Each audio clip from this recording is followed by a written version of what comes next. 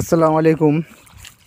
Practice makes man perfect, এইরকমই একটা অবস্থা। যেমন একটা যে এক্সপিরিয়েন্স কাজ করার অভিজ্ঞতা, সেই একটা লঘু চাচার কাছে আমরা এসেছি।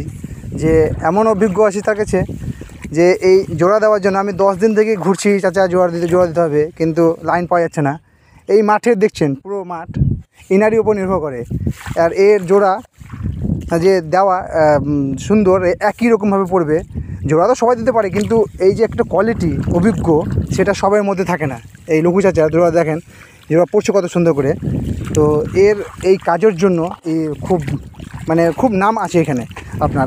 এর জন্য লাইন লাগিয়ে চাচাকে পাওয়া যাচ্ছে না। কৃষক খুব ভালো এবং অভিজ্ঞ চাষের দিক থেকে, তাই আমিও আজকে এনাকে হায়ার করে নিয়ে এসেছি সকাল থেকে দেওয়ার জন্য।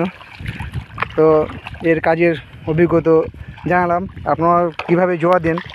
আমরা তো মোটামুটি লঘু চাচা, এটা কতদিন পরে জোড়া দেওয়া যাচ্ছে? 16-17 দিন, মোটামুটি আপনার 21 দিনের মধ্যে জোড়া দেওয়া দরকার। এর সঙ্গে কী কী দেওয়া দরকার?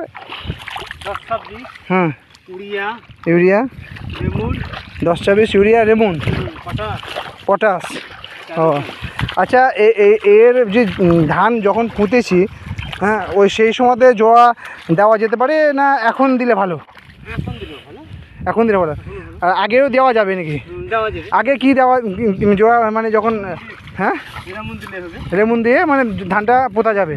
হ্যাঁ, আর যদি না দেওয়া যায় তো মোটামুটি ধান 21 দিনের মধ্যে আপনি এই জোড়া দিতে পারেন, তাই তো?